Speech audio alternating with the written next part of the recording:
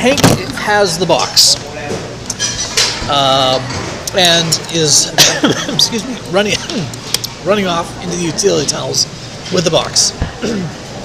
Meanwhile, Serendipity, Van Goldstrider, Melora, Slayer, the Butcher, Brackenridge, Toppler Towers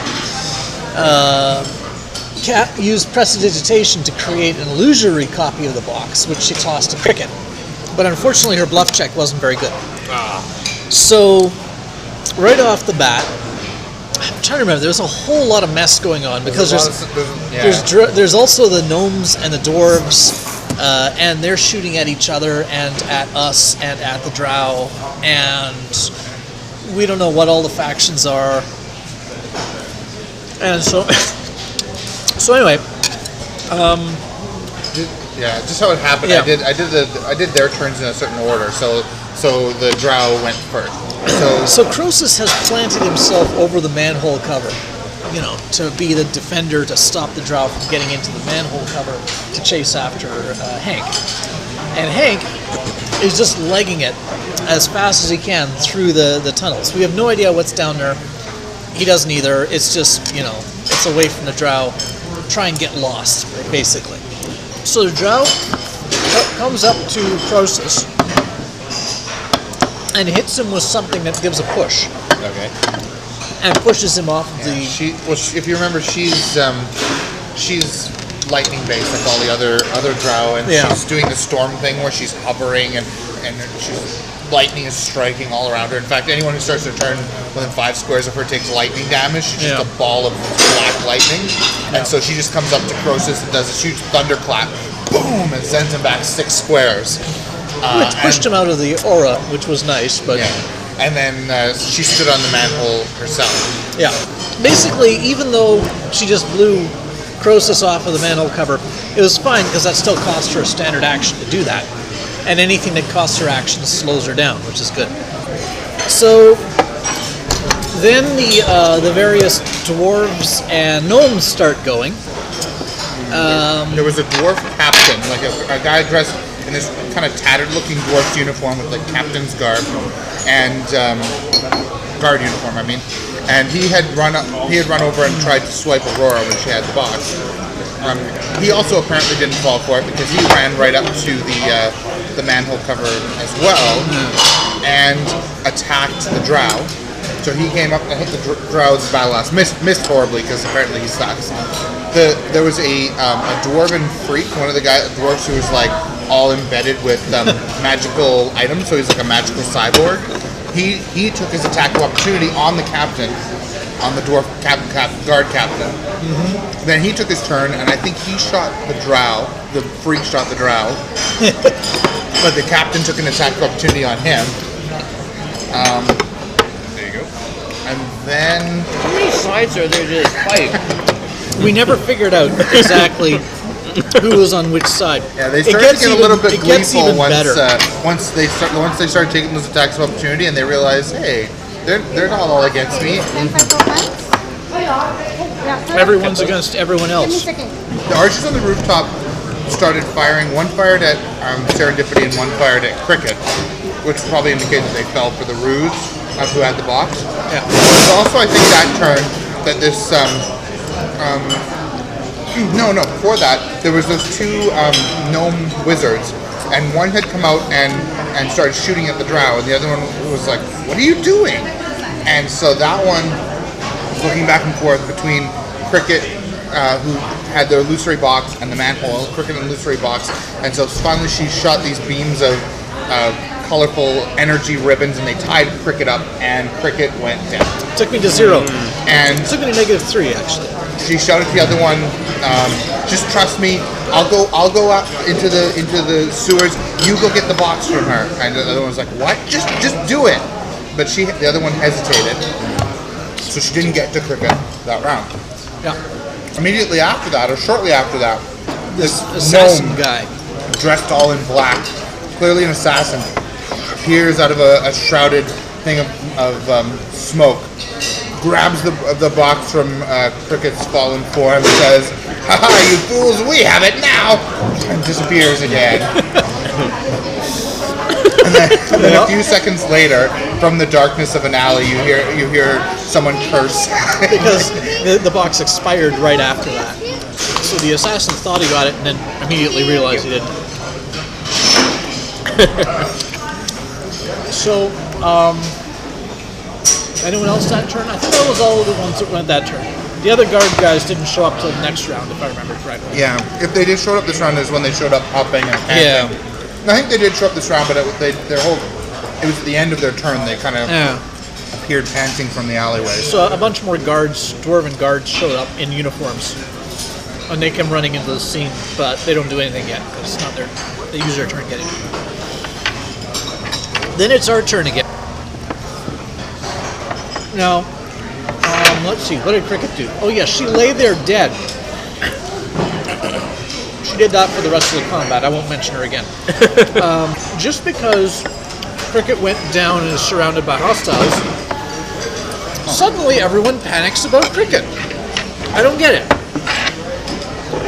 Aurora and Serendipity, Ben Goldstrider, Malor, Slayer, Butcher, Brackenridge, Toppler, Towers.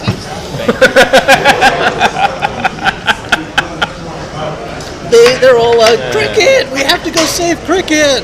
And I'm in no position to object, so I can't stop them.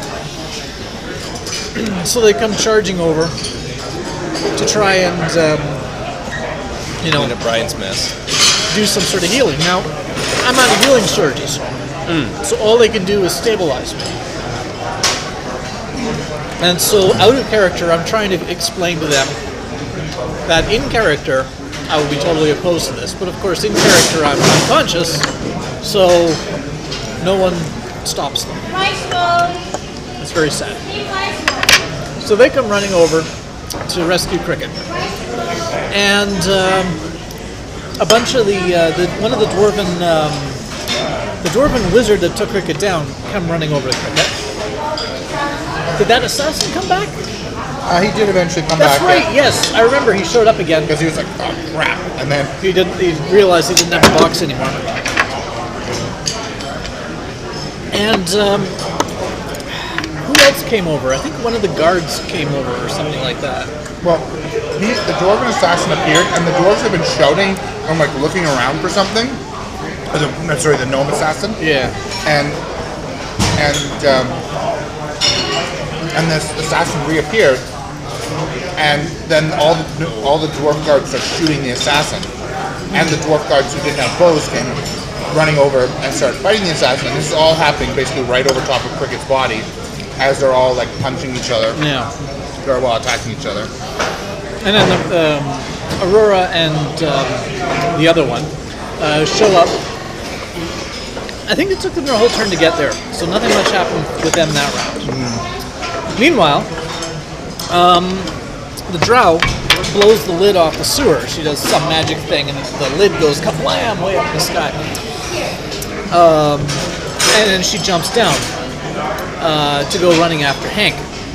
And a lengthy debate ensued about how easy it would be to track Hank and whether rolls were required and how hard those rolls would be and stuff like that. And ultimately, she did figure out which way Hank went and went running after him. I mean, the situation is they're in a dry metallic corridor, and he's soaking wet. So ultimately, at some point, they're going to have to track him. But like at this point, she just spent her move action determining which way the soaking wet trail went. She did turn off her lightning aura though, because they argued that would ruin and obstruct the water path. So she did turn that off for a while. Yeah. And let's see.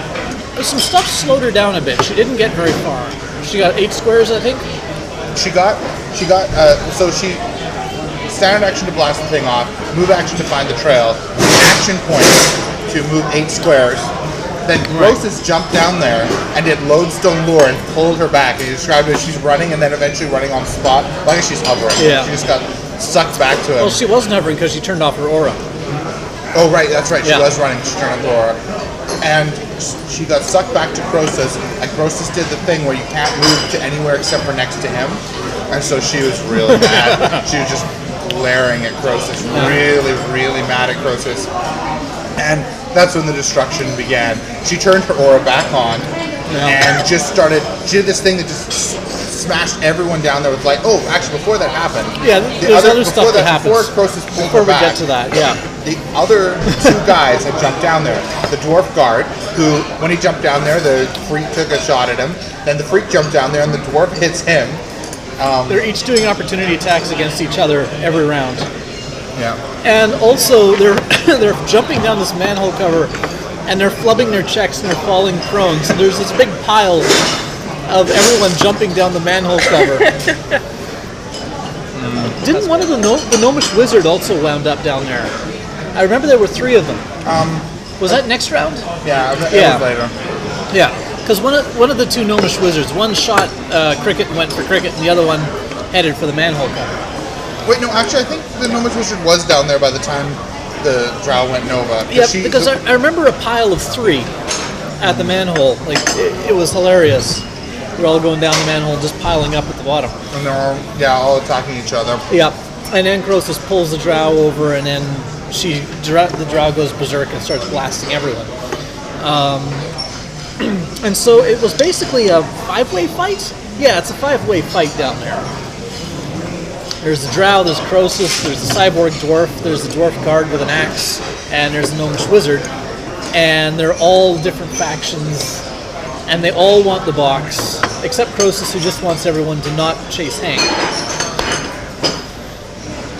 So yeah, the next couple of rounds were a hilarious Three Stooges-esque clown car moment, where all these people start trying to run down the corridor, and it's not wide enough for all of them.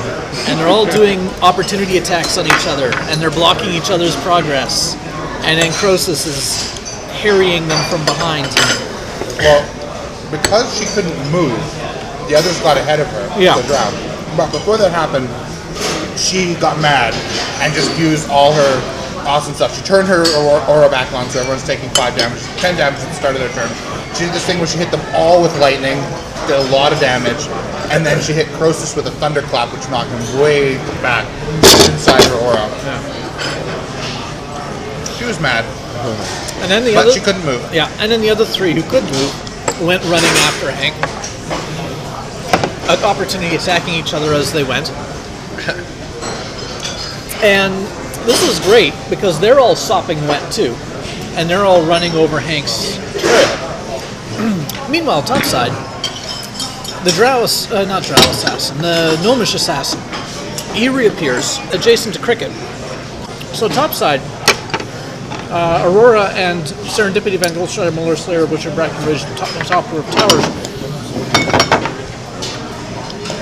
have reached Cricket, and then the assassin reappears right adjacent to Cricket. Oh right, I forgot. Yeah, before they reached Cricket, actually before they even reached Cricket, that was why the assassin reappeared, because he reappeared over Cricket and readied an action to coup de grace her. Yeah. And said, Give me the "Tell box. me where the box is, Yeah. or she dies." Yeah. And Aurora immediately just said, "It's down the manhole." Like she just no hesitation gave away the location, and so he didn't coup de grace her. Instead, he ran off after the manhole, but not till his turn. Yeah. Which, by this time, he was surrounded by all those dwarven guys who were looking for him. So when he started running for the manhole, they all opportunity attacked him. It's great. None of our enemies can move around without everyone opportunity attacking each other. It's a good thing Cricket wasn't conscious for that. She'd be very upset. So the assassin runs for the manhole. And then Aurora and Serendipity, Van Goldstrider, Muller, Slayer, the Butcher, Brackenridge, Topper of Towers grab Cricket between them and start hauling her off the battlefield. Meanwhile, down below, at this point I think Croesus is down to 6 hit points and has no healing surges. Yeah, and Yeah. and so he does his amazing Croesus level bluff, where he says, "What does he say? Something like, 'All right, Hank, I'm coming after you,' and then he runs in the opposite direction. Yep. What did he say? All right, Hank, I'm coming after you, and then runs off down the other direction. So everyone just sort of blinks and keeps going. No one buys it for a second. And so the drow is faster than the dwarves and gnomes and stuff, but they formed a dwarf gnome clog in the Yeah, drain. she can't get past them. That's awesome. And they wound up like going around a corner fighting the whole way. And now none of our characters can see them, so John stops updating us on what exactly is going on. They had been fighting each other, and then she did do. They were in her way, so she did the thunderclap thing to smack them all against one wall, and that actually killed the freak. So he died. Yeah. And so it was just the gnome wizard and the dwarf captain guy. And the cyborg guy. No, he died. That's the freak. Yeah. The cyborg guy is the freak. And so those two guys on their turn are able to run ahead, and they get around the corner and they see where Hank had, because he had done a false trail where he ran around, came back, and then jumped down a ladder to a different level, and they totally see through his false trail and go down after him. But then the drow, Croesus on his next turn does some sort of taunt thing. Oh yeah, it's like something about we totally broke your tower or something.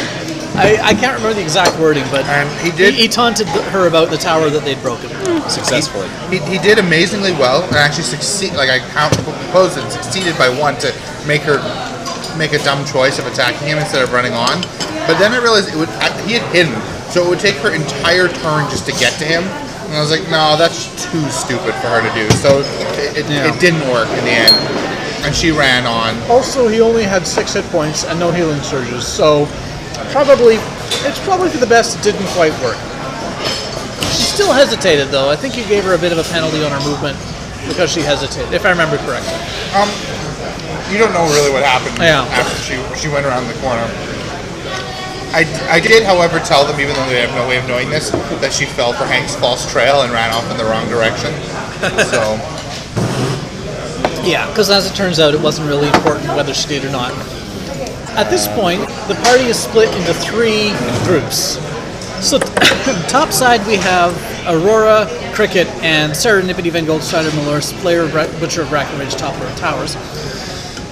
And then we have Hank on his own, who is like 50 squares into random tunnels at this point. Completely lost, which is good. That's the idea.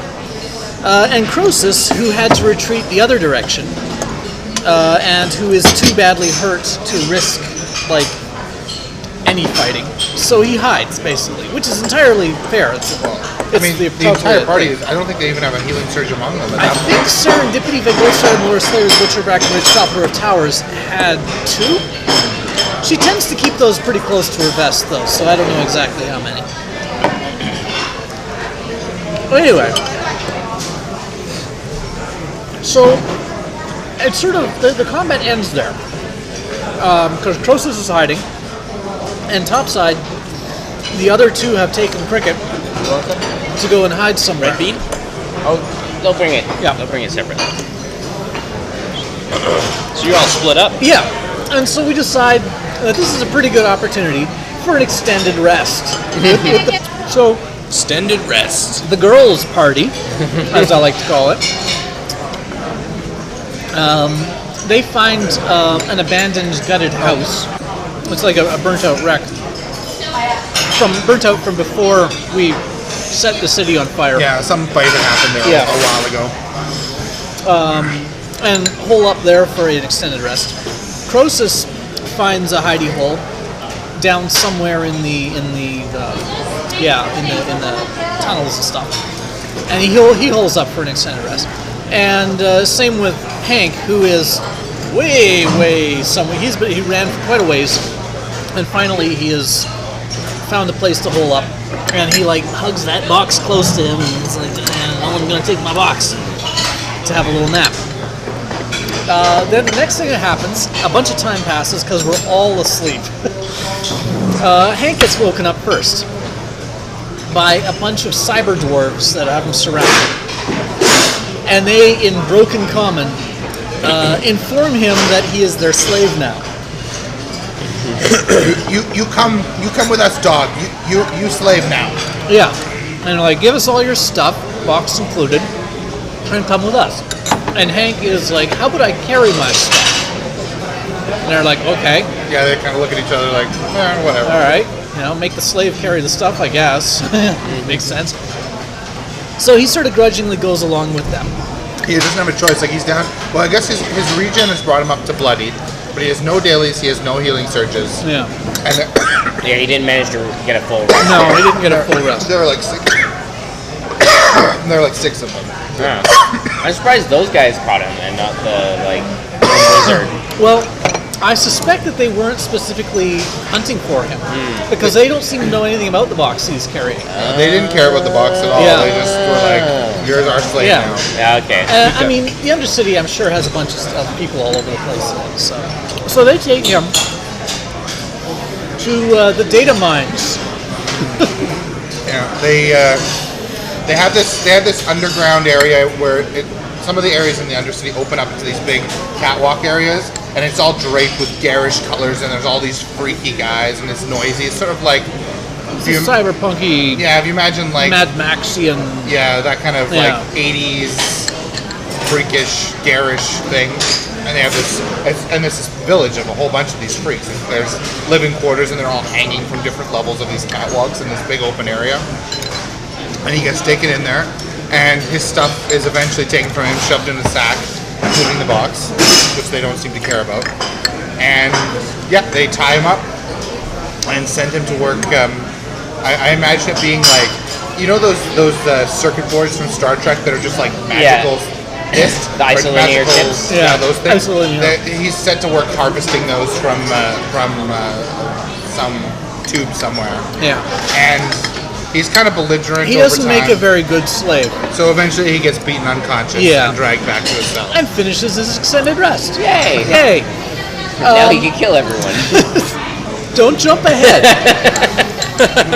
Anyway, so then Cricket, Aurora, Croesus, and Serendipity, Van Goldstrider, Muller, Slayer, the Butcher, Brackenridge, Toppler of Towers wakes up because our extended rest is over.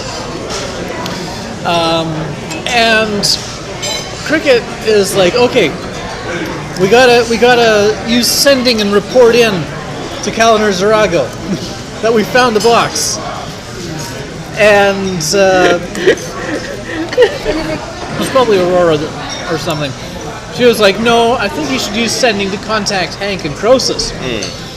And I was like, all right, yeah, that makes sense. We'll do that. So Cricket uses sending to contact Croesus. No, first it was Hank. Hank, yeah. So Cricket contacts Hank, and I think she wakes him up. Yeah, it was just right as he was waking up because he had about like he fell asleep several hours after they did because he was being enslaved for a while before he got beaten unconscious. It's empty. Anyway, so he wakes up and and we tell him the situation with the girls. And he wakes up, he's hearing this sending being sent to him as he groggily opens his eyes, and he sees ahead of him this table where his captors have set all his stuff, and they're like calling like they're hawking their wares. They're selling his stuff. And people are checking out his hammer and whatever, and the guy's like putting stuff on the table, and he sees the box and is like, chucks it on the ground behind the thing, and Hank keeps hearing this as this is going on, and he's kind of getting mad, and then he notices one of the freaks comes over and asks if they can buy the box specifically, which had been chucked to the side with useless scrap, and a fight ensues because the guy who's selling it realizes he can kind of gouge this guy because he seems to really want this box, and eventually it ends with the guy trying to buy the blocks killing one of his captors, and that's the same moment that Hank smashes through it. Like his cage is shoddily constructed. It's basically like a broken catwalk propped up against a cage, and he just smashes it down, and he's like, well, killing time now. Smash. And so he gets geared up to fight. And so then we do, and meanwhile, you sort of do a scene transition. Yeah, we don't know what happened there. We don't want to immediately start into this combat because other stuff's going on. So We now cut back to. I don't think we know that he's in a fight. Did he? No. I think he like told us what was happening, and then that was the end of the sending. Yeah, he told you basically that he was trapped. He had no idea where. Yeah, by a with bunch of the cyber dwarves. And you guys don't know that he's about to get in a fight and kill all the cyber dwarves. Yeah. I think he's managed to grab his hammer, if I remember correctly. He was like going for it on the table. He was going to. Yeah, it's just sitting there loose on the table for sale, so it's not going to be hard to get. So yeah, the cyber dwarves might be in trouble, or Hank might be in trouble. It's hard to say. Meanwhile, back topside, Cricket now uses sending again to contact Croesus, who was, hiding away down in a different part of the sewery type utility tunnels.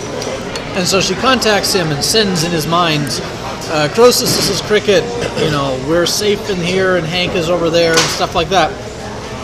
And then Croesus has his 25 words to respond with. And so he says, listen, false Cricket voice in my head, I know you're not real. I can't listen to what voices in my head are saying. What's your name? Stacia told me not to listen to what the voices in my... And it cuts off because he's run out of words.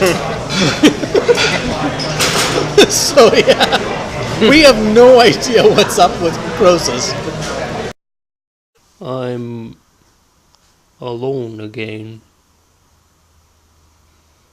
I hate this bit.